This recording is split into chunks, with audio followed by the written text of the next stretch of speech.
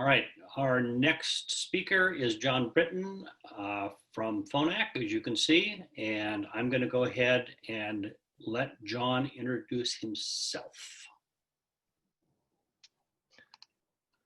I can do it, Rick. Yes, thanks, Rick. Perfect. I'll go ahead and bring you in, John. We just want to thank you for your willingness to provide the class today, and also to Phonak for the donation of the hearing aids. We certainly appreciate it. It's a huge part of how we fund our society for the year. So we just really want to thank you guys. Phonak's always been very involved with WHS, and it certainly is much appreciated. So, but to introduce John, Dr. John Britton is a clinical trainer with Phonak. He covers Oregon, Washington, Idaho, Northern California, Alaska, and Hawaii. So he's probably not home a whole lot under normal circumstances. He received his bachelor's degree in communicative disorders from Westchester University in Pennsylvania, and his AUD from Salus University. And prior to joining Phonak, he worked clinically at Children's Hospital as a pediatric audiologist, as well as in rural hospital settings, and has provided care to patients of all ages. So I think we're ready to get started. So I'll hand it over to you, John, and thanks again. All right, thanks, Sandy. And I just want to verify, when I turned my camera on, I was freezing a little bit, so I just want to make sure this goes smoothly. But just give me a yes if you can see my slides and I sound okay. You do. I don't see perfect. You, but I see your shared screen has the. Okay. Yeah. All right, Everybody thanks. else okay with that? There's at least my picture. I don't want to lose the connection or anything. But yeah, thank you, Sandy. I'm really happy to be here today.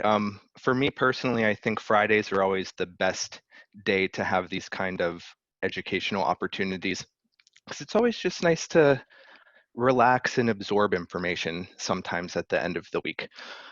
So today, what I'm going to talk to you about is just briefly a brand new platform and a couple models of RICs that we have available within the Audeo Paradise family. So I'm not going to spend a ton of time talking about that. I'm going to keep it really high level just to keep everyone updated about what's brand new out there in terms of Phonak hearing aid technology.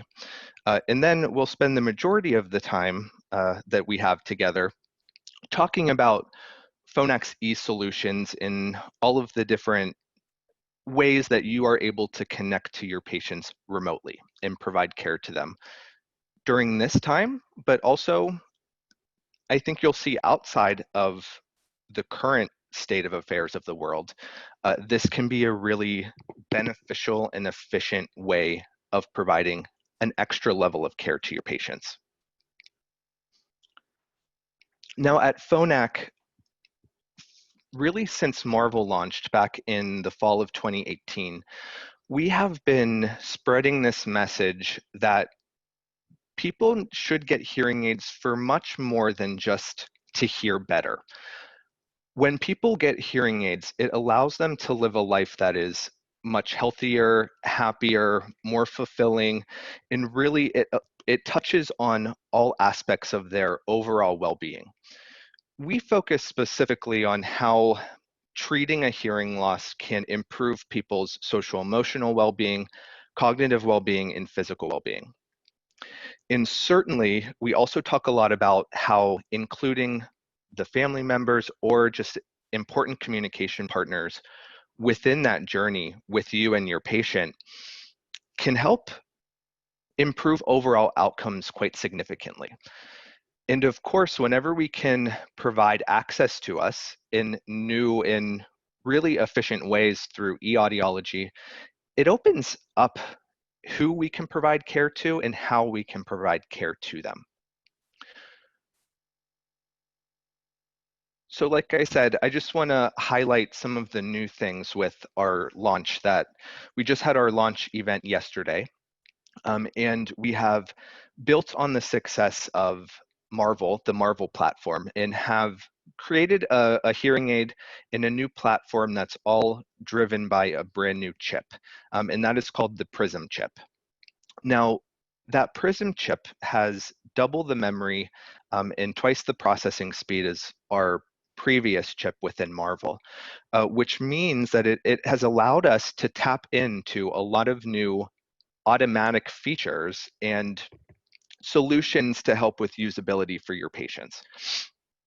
So beyond the Prism chip, we also have a new piece of hardware, an emotion sensor chip, which is found in the rechargeable hearing aids, which also helps with user control to make that a lot easier, as well as to help with some automatic functions in terms of hearing performance. Now, this chip has also allowed us to create or improve our proprietary fitting algorithm. And within our automatic system of AutoSense, we've been able to add 3 new automatic features that help people in different types of situations where we maybe haven't been able to help them as much before.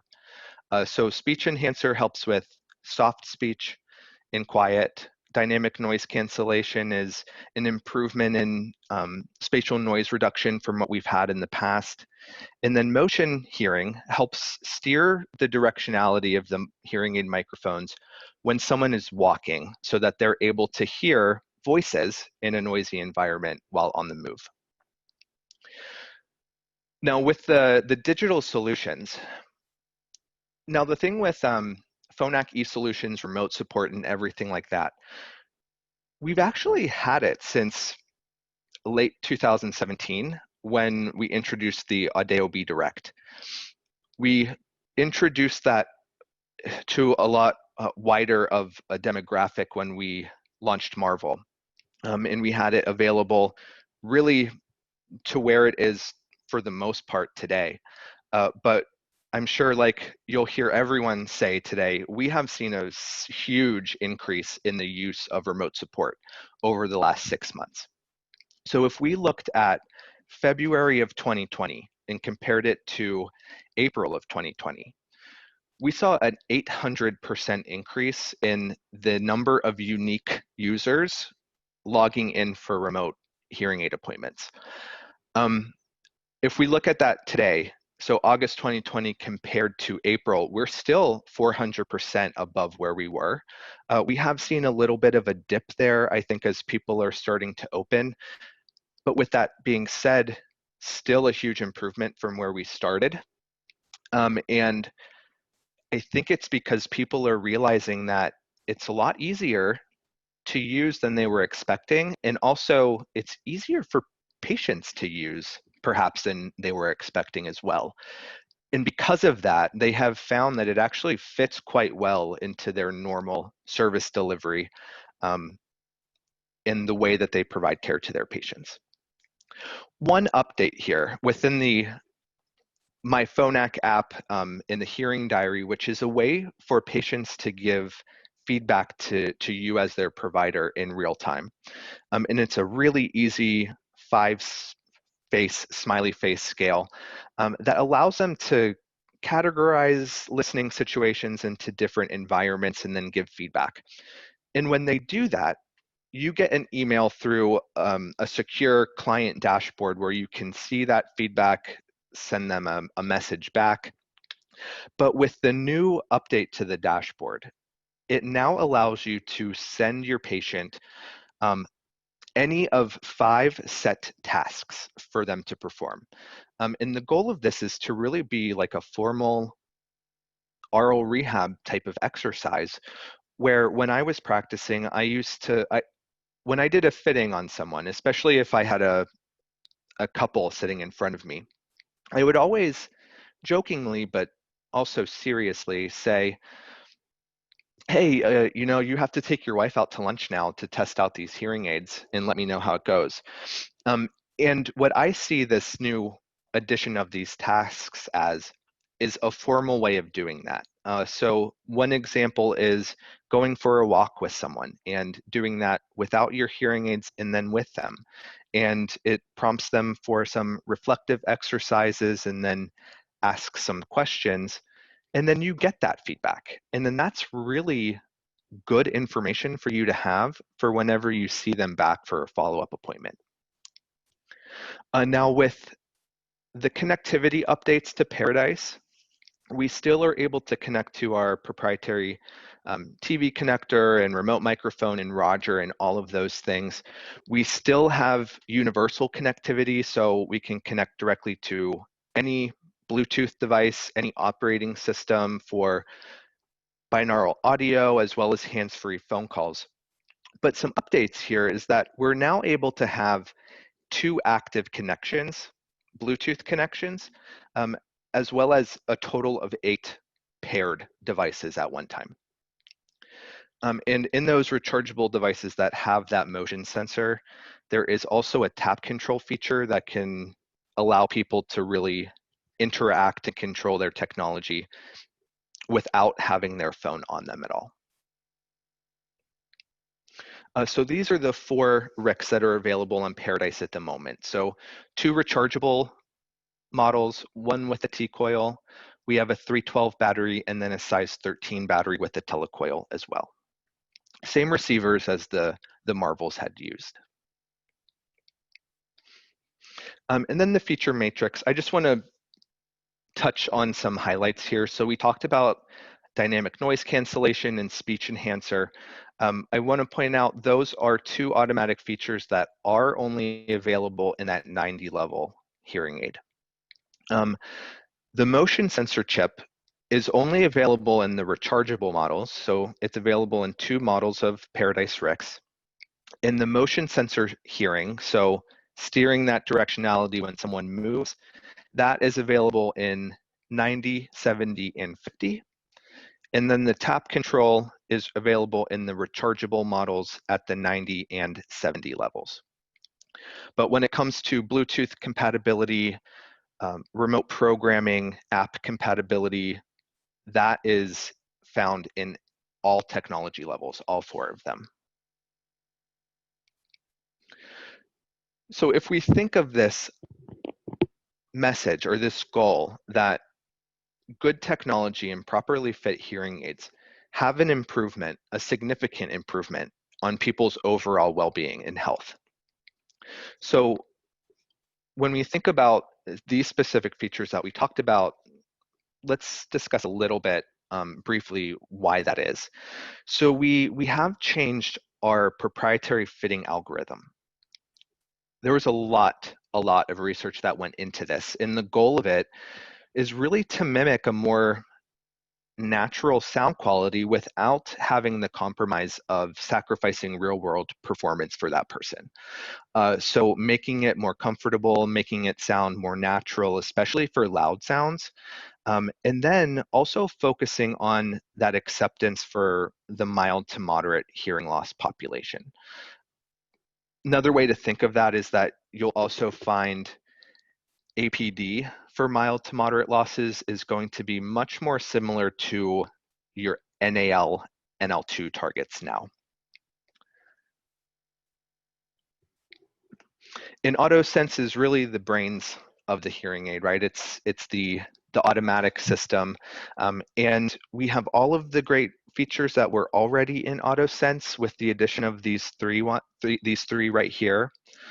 So with speech enhancer, when someone is in a quiet environment and there's soft speech, so quiet, soft voices of a child or someone talking from another room, or someone at 6 feet away behind a mask, this speech enhancer can be an automatic feature that boosts the fine structure of that soft speech signal. And with that dynamic noise cancellation, we are still using our beamformer in either ultra zoom, which is a little bit wider of directionality, or stereo zoom, which is the more advanced directionality there. But because of the Prism chip, we're also able to add on this additional layer of spatial noise reduction called dynamic noise cancellation, which allows for an additional 4 dB improvement in signal to noise ratio. Now within the app, the patient is also able to control that and make it even more aggressive. And I'll get into that in a little bit here when we talk more in detail about the app. And with motion sensor hearing, so if someone is standing in a quiet environment, then yes, they're going to be staring at the person most likely that they want to listen to. But if they start walking in that noisy environment and that person is standing next to them, the intelligence of the hearing aid is actually not doing its job in this case without motion sensor hearing. So we want the hearing aid to open up during that, but then when that person stops again to face their communication partner, we want the hearing aid to, again, automatically go back into the appropriate directionality. And with tap control. So this is a way for people to really have control over their technology without needing to be holding their hand. Or if they have trouble seeing the screen or anything like that, they can activate their voice assistant with a double tap of the pinna and tell their phone to call someone or get directions somewhere or ask what the weather is. They can even accept or end a call with that double tap feature as well. So this is my first word. So go ahead and type that in the box. I was a gymnast and a springboard diver for a really long time. So if audiology didn't work out for me as a career, I think I would have ran away to the circus. So circus is my first keyword of the presentation. I thought maybe you were just describing this year. No, I am wearing a pair of Virto Marvel Blacks though, in the one of them. Phonak used that as marketing. That's pretty cool. Now, for the connectivity, I'm not going to spend too much time on this. I do just want to point out that with Bluetooth Classic, so iPhone, Android phones, tablets, computers, Alexas, Google Voices, all of those things, there's room for 8 of them to be paired to Paradise hearing aids. In Marvels, they can, there's a memory slot for 2 pairings.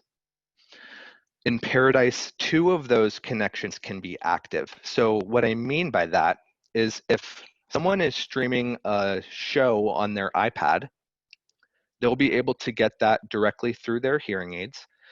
But then when someone calls them on the phone, all they have to do to answer that is double tap on their pinna or reach up and press that button or answer it on their phone. And they don't have to toggle between the 2 devices to switch. When that phone call hangs up, it connects right back to that iPad so they can start streaming again. In virtual-based assistance is something that I am very interested to see how potentially we can utilize this and maybe help empower people to feel a little bit more comfortable being at home alone, or maybe to have family members feel more comfortable having family members home alone. Because if we can have them paired to their phone as well as an Alexa or something like that, I think there's some really interesting ways that we can help people easily use this technology. And there's a lot of research that has looked into that and the benefit of having these voice-based virtual assistants specifically for the elderly to help with loneliness and to help with aging in place. So if they can access that with a double tap of their ear, it's an interesting space for us, I think. All right, so with the personalized digital solutions with Phonak, the myPhonak app is really where everything is stored for how you connect remotely or digitally to your patients, and how also they can control their own preferences of their technology digitally. The myPhonak app is available obviously for iOS and Android. And it has these 4 sections within it. So the My Hearing Aid section allows people to look at their serial numbers as well as look at the battery life on their rechargeable devices. They can see what their tap control is set like. They can also change the configuration of that tap control in there. If they have a rechargeable, they can decide whether or not they want that hearing aid to turn on automatically when they take it off of out of the charger, or if they want to have it be a manual turn on. This is also where they can manage, rename, delete any of the custom programs that they had created within the app as well. So within the remote control settings, when someone opens up that section of the app, it opens up to a very simple slider for volume, mute button, a button to split the ears for volume, and program change. Now, if this is a person that wants additional control over their hearing aids, they can do that. So there's also a button that they can access advanced features. There's an equalizer for bass, middle, and treble sounds. They can control noise reduction, speech focus, and they can also control what we call dynamic, but it's really either a boost for soft sounds or a reduction for loud sounds. And if they love how those settings sound, they can save it as a custom program and then come back to it anytime that they need. There's really no limit to the number of these custom programs that they can create. Because it lives in the app. Those custom programs they don't live in the hearing aid, they live in the app themselves. So it's really tied to the phone memory. And I think most of the time, that's fairly unlimited, especially for hearing aid programs. So I mentioned that hearing aid diary as well earlier, and this is something that we've had, and it was a way for patients to give feedback. What I'm excited about is to see now how people can use this a little bit more to prompt feedback. So rather than maybe being a little bit more passive, us being a little bit more passive in the process and needing to wait for people to give feedback or remember to or create a behavior change and open up an app and do that, you as their provider can now send them homework almost to do. And it's really a way for them to test out their amplification and also involve their communication partners in that process as well, so that you are getting both sides of the story. And then with remote support, and we're going to go into very fine detail here about the remote programming aspect, but that is also found within the myPhonak app as well. Back in May, we had an update. So if your target software is at 6.2.8, you are also able to do Audiogram Direct remotely, which is a way for you to perform in situ hearing threshold testing through a patient's hearing aids remotely. And we'll take a look at that too.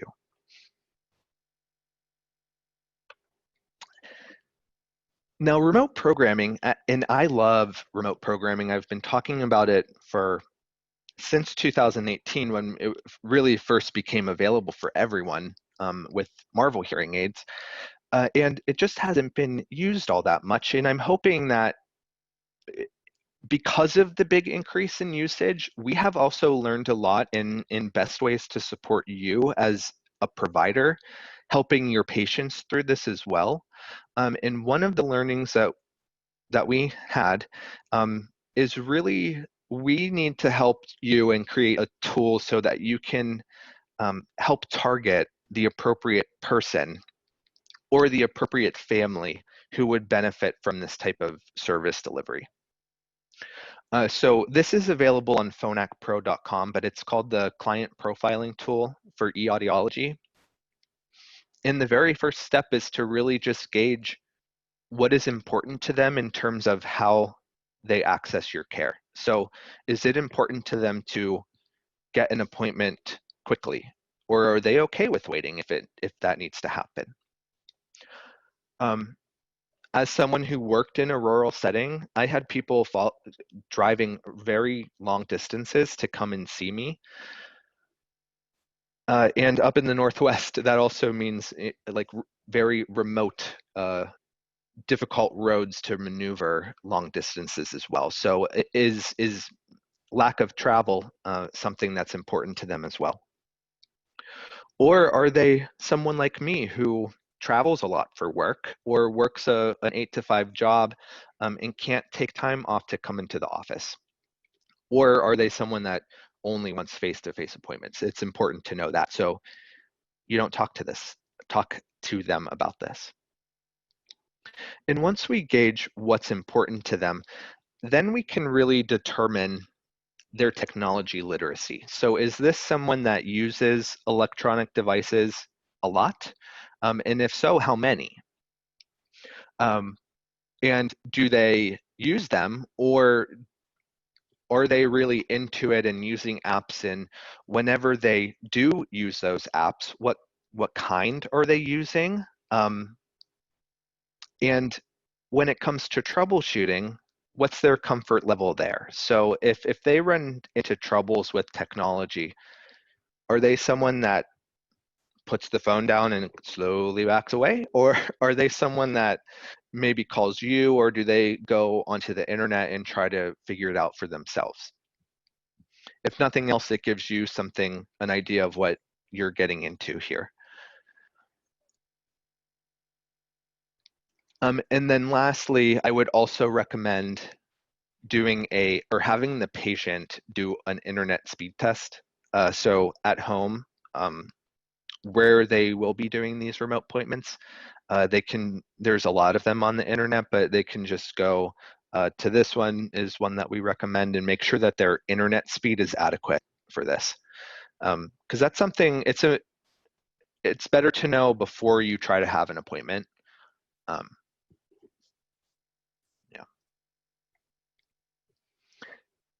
Now, if this is something that you're wanting to add in, not a whole lot of equipment is needed here. So for you, you need your fitting computer. That computer does require you to have a microphone and a camera.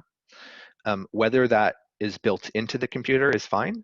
If not, that can be USB. You also need a Phonak Pro account. So if you do not have one of those, really easy to sign up for one. But if you do any ordering online, then you have a Phonak Pro account.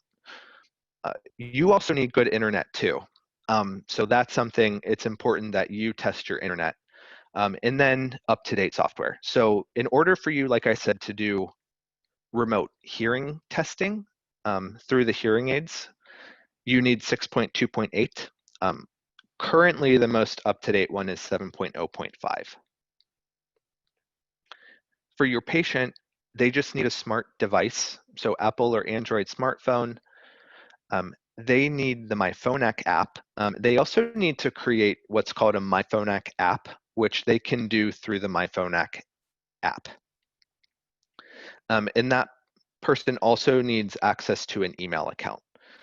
Whether that's their own personal email account or maybe a family member's email account, doesn't matter. All they need to do is press a button. They need to access that email at least once in order to press a button inside of it.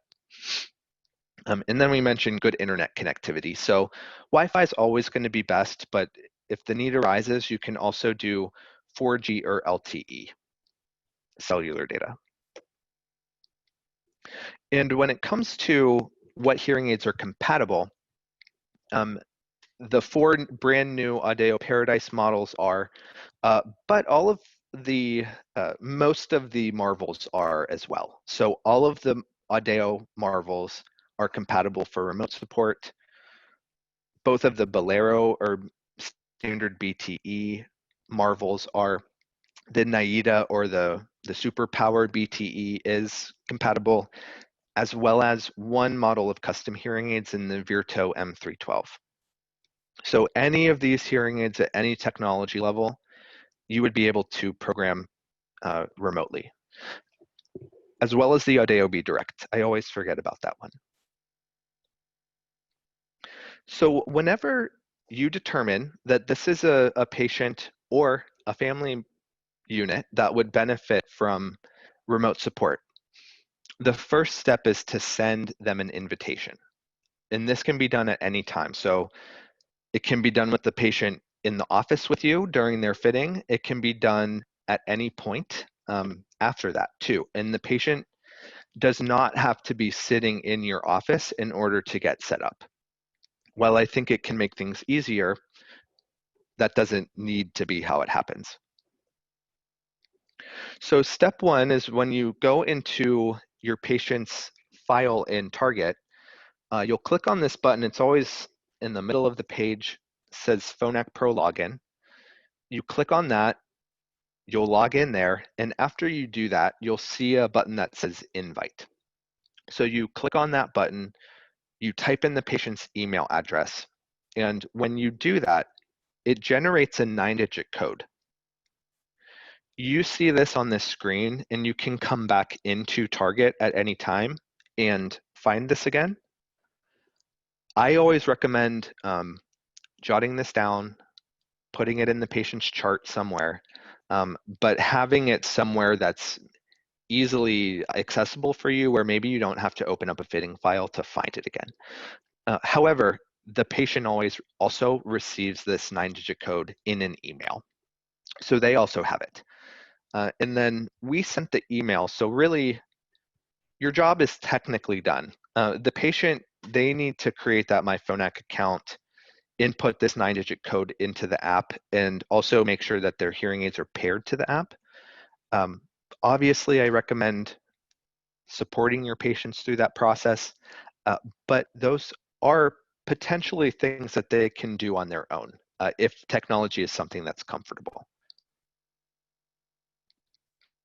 So the patient does have to do some things within the app. This, again, is only something that's done once. So we're inviting them, they are accepting that invitation, and then we are using that anytime that we want to connect to them remotely in the future.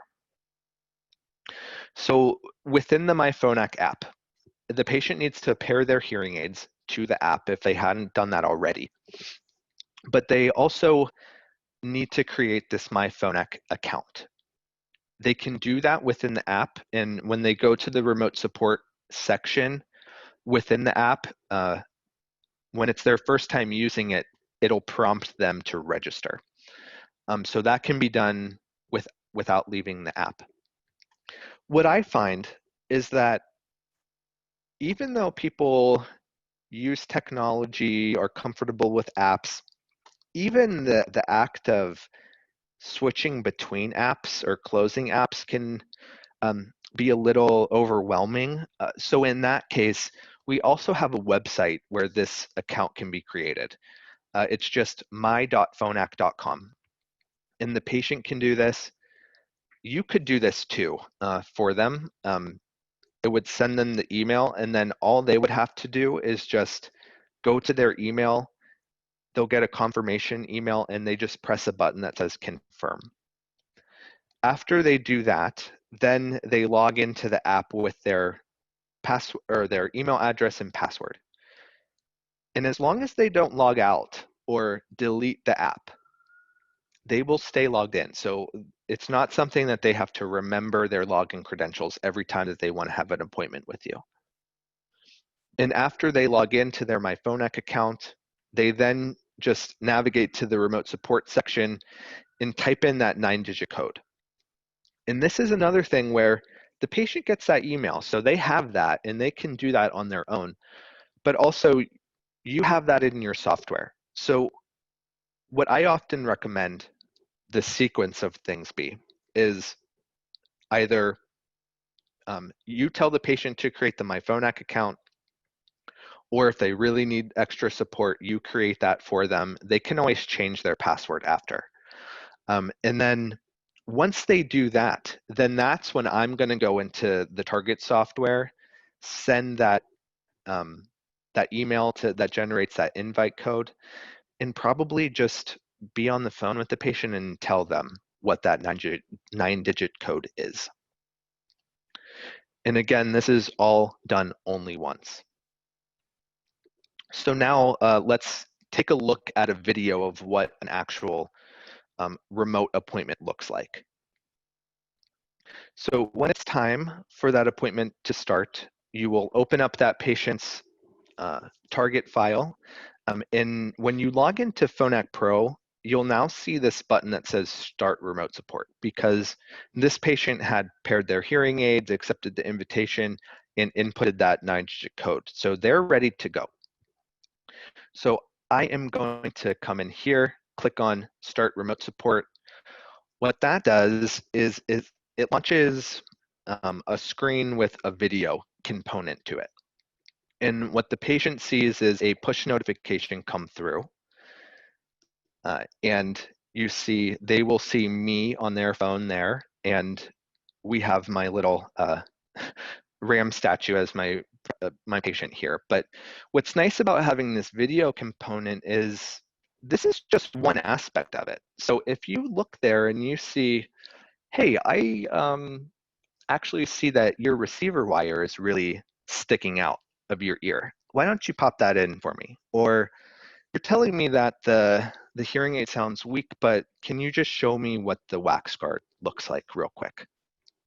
The patient can actually turn the camera around. So if they've ever used anything like FaceTime, they will be able to use this video call component of remote support as well. So when the video call is there, then if we need to do any programming of the hearing aids, you just click open session, just like you always do. And you'll notice that our programming icon, rather than being a NOAA Link wireless, is actually a phone. So the patient's phone is programming the hearing aids in real time. And so it's gonna look for the hearing aids, and when it connects, what it does is it does automatically do that receiver check. So if the patient is complaining of the hearing not sounding loud enough and you connect to the hearing aids, it's going to tell you if that receiver is dead, and you'll get that. What I like to do remotely is actually come into my my view and turn on this real-time display, or even go into the client view screen and take a look at the environment that patient is in currently. So what's so cool about this is that you're able to get a really good snapshot of that patient's environment where they are actually sitting. And if I need to check their thresholds, I can do that directly through the hearing aids and test from 250 to 6,000 hertz in both ears, up to 100 dB HL. And if I need to, I can recalculate my fitting based on this. Now, I showed you where you can look at the client view screen, or you can look at that real-time display to see the patient's environment. I do recommend doing that if you're doing audiogram direct remotely, because if there's a lot of ambient noise, especially low frequency ambient noise going on, perhaps then maybe 500 hertz, that threshold, if it looks way off from where you think it should be, there might be a reason for that other than hearing loss, which would prompt you to have that patient come in.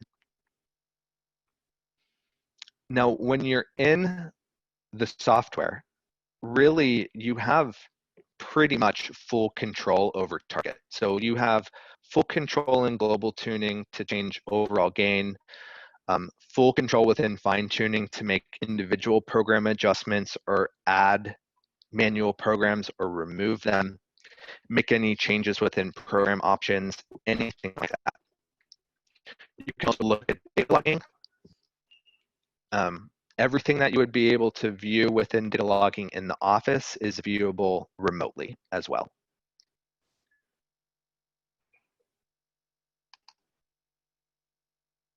Yep.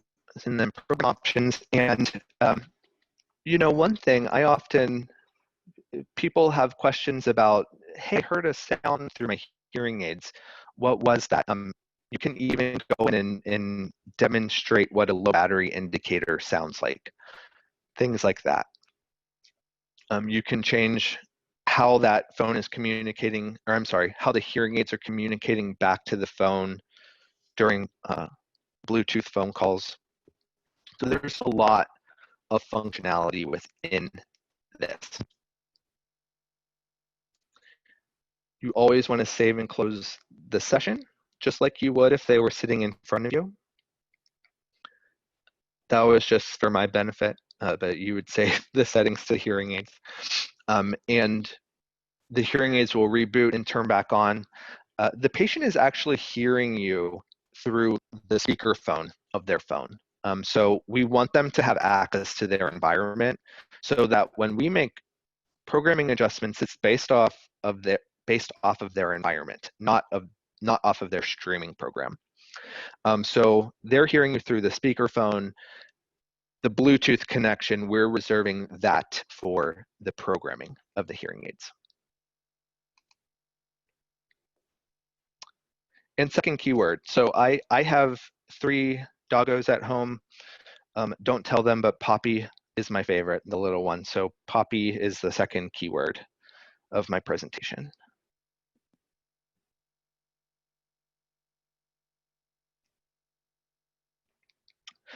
Right, so I hope as you saw with that video of that demo remote fitting session, there's a lot that you can do there where really, if you can figure out a way to really maximize the amount of time that that patient spends with you in the office, quite a bit can be accomplished outside of the office. And whether that means right now because of COVID, if they're uncomfortable coming in, or you're trying to limit the number of people in the office, but beyond that, I can think of a lot of patients, and I'm going to talk about that here soon, but a lot of patients that I used to see that I wish I had this technology to use with them, because it would have been a lot better of an experience for them, but also it would have made things a lot easier for me as their provider as well. So if you think about really what could you do within an appointment, and I have heard of offices doing different things. Some places are having that patient come in and they're doing their otoscopy, their full diagnostics, even doing the consultation right there, picking out the device and then using the Phonak trial devices or even stock hearing aids. The cool thing about the trial devices is that they are configurable. So they're meant for the demo process, and they allow you to program them to be any technology level, and they'll last for 6 weeks. So that's a perfect opportunity for you to program the technology level of hearing aid that that person is going to be purchasing, have them try it out, even do real ear so you have that fitting right there in your office on your computer, so that when that person then leaves, perhaps the follow-up there could be done remotely if that person doesn't need to come back in.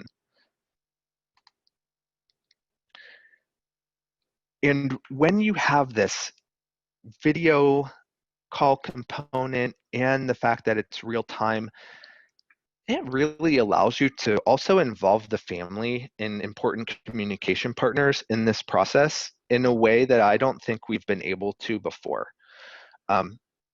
Also, you can do your full diagnostic assessment in the office and do that quickly, and then perhaps go and have your consultation remotely even. I've heard of a lot of practices doing that. So they have people come in for diagnostics, and then they use Zoom or some type of platform to do their consultation and device selection. And because they had already seen that patient in the office, they had information that they were able to pre-program the hearing aids with and actually send those hearing aids to that patient for their fitting. And of course, I cover 5 different states, so that all varies depending on different licensure laws in the state. But I do see a lot of different ways that people are using remote programming of hearing aids right now to support them as an office as well. And because of that video call component too, it allows you to have a very important conversation too with people after they leave your office. Because what I find is that if you can have a conversation that might be a little uncomfortable or awkward in an office with you there, people may be more willing to open up and share more when they're sitting at home on their couch. So we can tap into really what motivates that person a little bit more. In the patient experience, patient-centered care, family-centered care, this is a topic that is really intriguing to me. And really, what motivates people, especially nowadays, and how has that changed in the way that they seek care, how they perceive value, how they perceive best outcomes, things like that. And a lot of that has to do with these 8 areas, what are called Picker's 8 principles of patient-centered care. Large outpatient hospital systems have been looking at this for years. And there's a lot of research that has shown that when healthcare or when medical offices put investment in time and energy into focusing on these 8 areas of the patient's experience and how they consume care from their providers, it leads to a lot of improvements in important areas. On the patient side of things, it leads to better reported outcomes. It leads to better loyalty. There's better word of mouth. But also on the provider side of things, they also find that these outpatient systems that really focus on this and are successful at it, they have better employee engagement. People stay in their jobs longer, and overall, people are just happier where they're working, and that's super important too. And if you think about remote support and how we can meet people where they are through this type of technology, we're able to hit on a lot of these areas. So if someone can't make it into the office during normal business hours, but they can take 30 minutes to hop on a video call with you, we're respecting their preferences, right? And if we can have that person at home, if it's really difficult for them to get into the office, we're supporting their physical comfort. We're able to involve that family a lot more. And also, if they can't get to us, they can remotely potentially. So we're able to give people access to care that they may not have had before. Now I want to talk about Michael here in the last couple minutes. I'm going to talk about 2 former patients of mine. Michael was a young guy who was in outside sales, was in his car all of the time. And he had a hearing loss, and he desperately needed a hearing aid to perform better in his job. Now, because of his schedule, I can kind of relate to this a little bit more now, but as his audiologist, it was frustrating because his schedule changed so much that he either no-showed me or canceled his appointments a lot.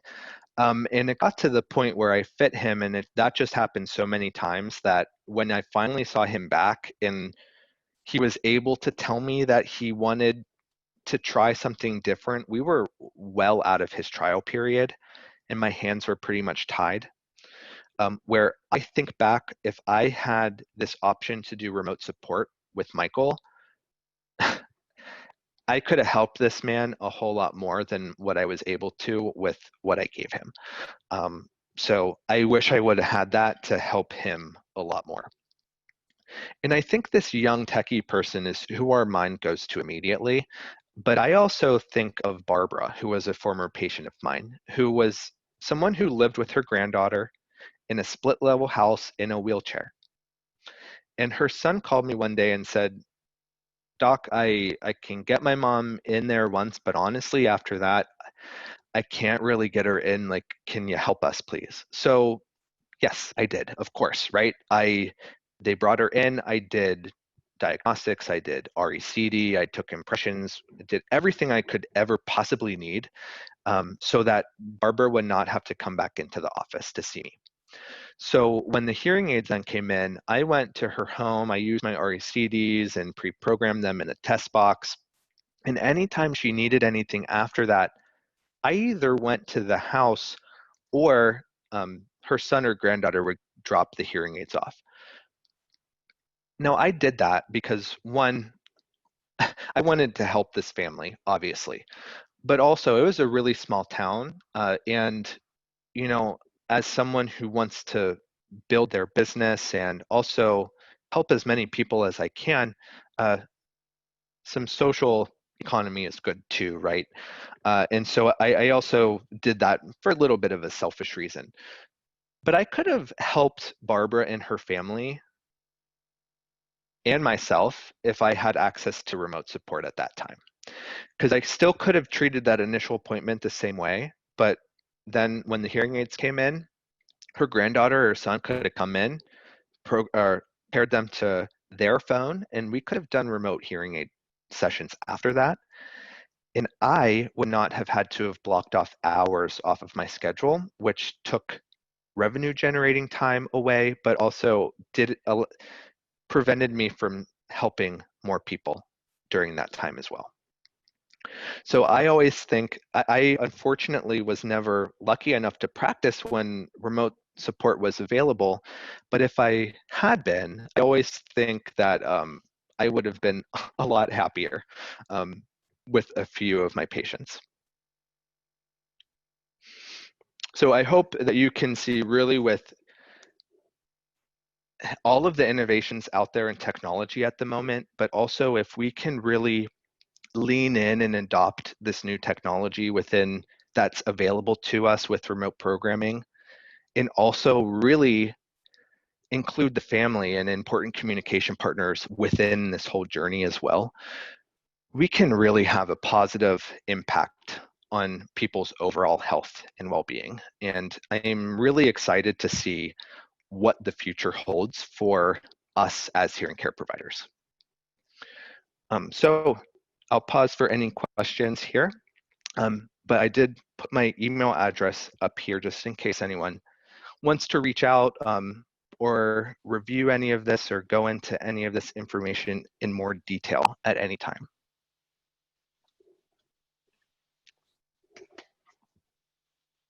Thank you so much, John. We will open it up for questions. Do we have anybody that have any questions for John?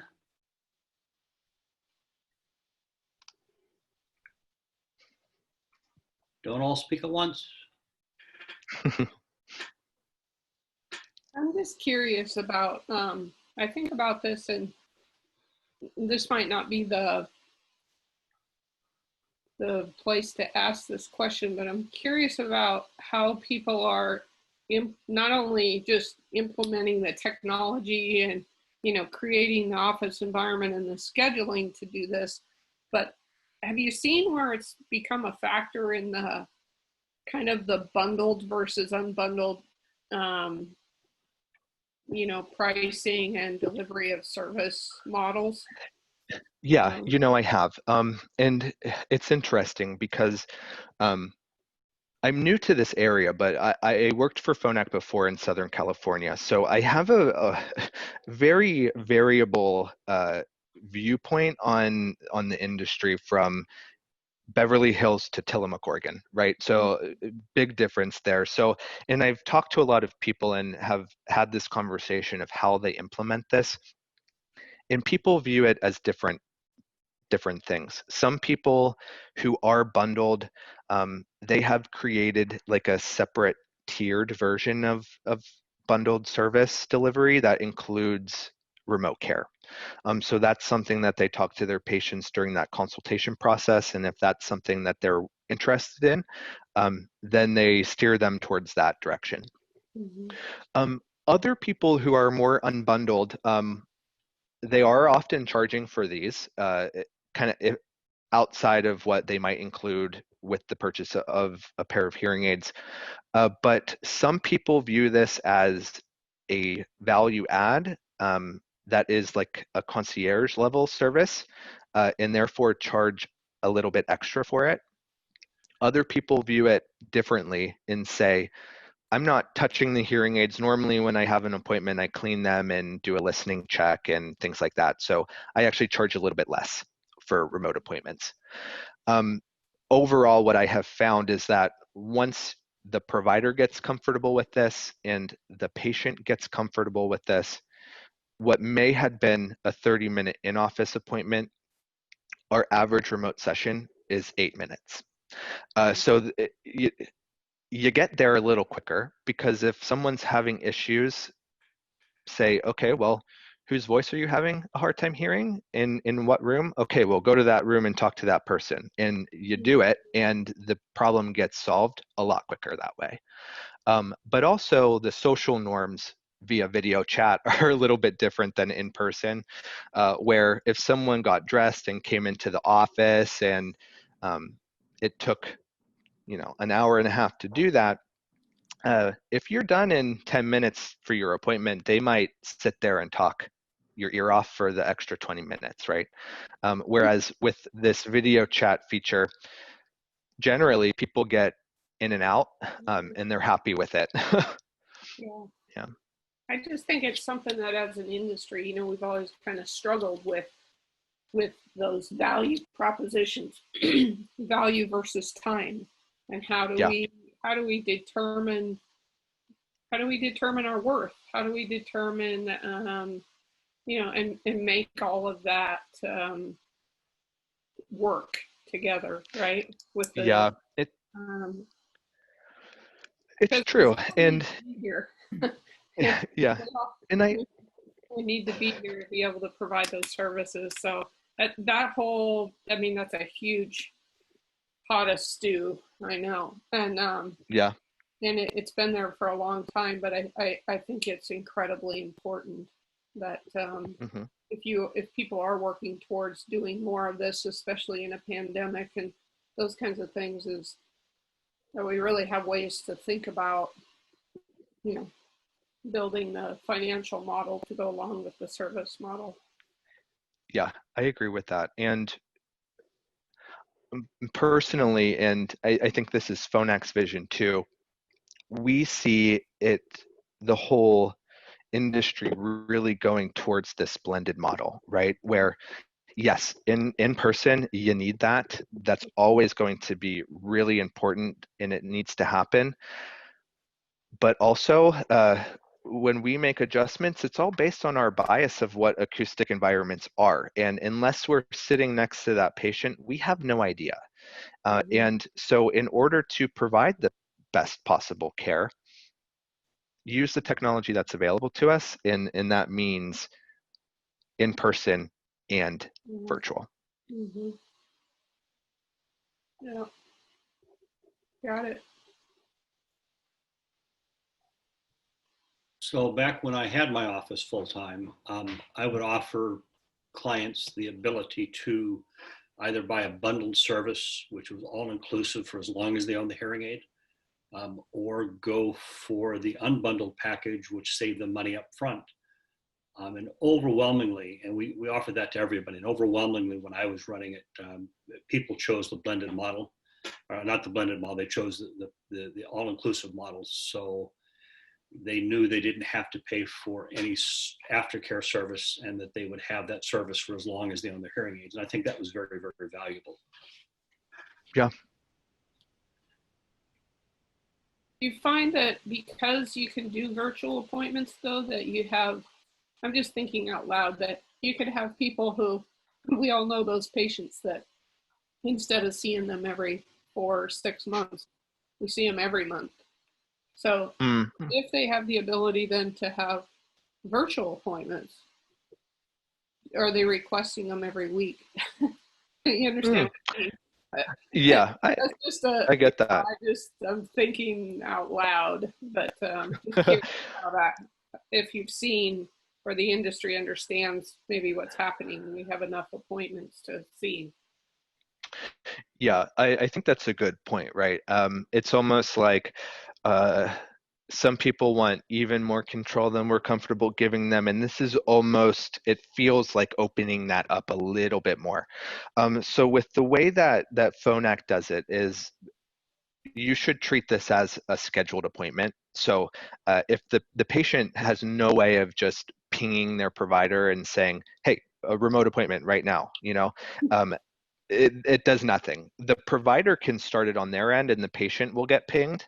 But if the patient starts it, the provider doesn't. So what I would say is, from the get-go, you never present it as a way of, you can get me whenever you need. It's when you needed a scheduled appointment, we can do it wherever you may need to be, you know? Mm-hmm. Perfect. Okay, thanks so much, John, for joining us. Thank you for the information. We're going to take now a break until 1 p.m.